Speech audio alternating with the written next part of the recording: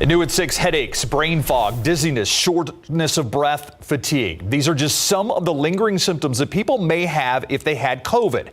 But now doctors are seeing patients coming in with a new symptom that's impacting their ability to talk and eat. Ursula Perry with why something called COVID tongue is a new concern if you're a long hauler. You won your battle with COVID, but the war, it's not over just yet.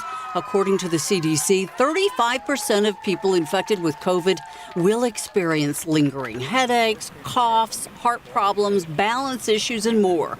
They last weeks or even months. And now there's a new rare symptom that's showing up in doctors' offices.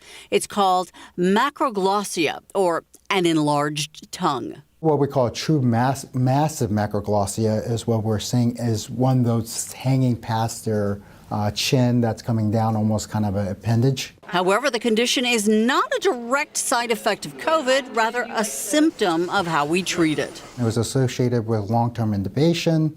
And most COVID patients who developed microglossia had a history of being in the prone position where they were turned over on their stomachs to get more oxygen into their lungs. Because of the giant tongue, they can't talk, can't go out in public, can't eat by mouth. So their quality of life is extremely poor. To treat the condition, compression wrapping may work. But Dr. Melville says the most effective so far is tongue reduction surgery. The surgery itself takes about 45 minutes. It's not a long, complicated surgery either. Most of the patients who have developed macroglossia have been African American or Black.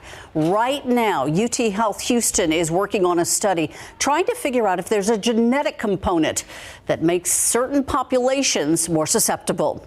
Ursula Perry, KSAT 12 News.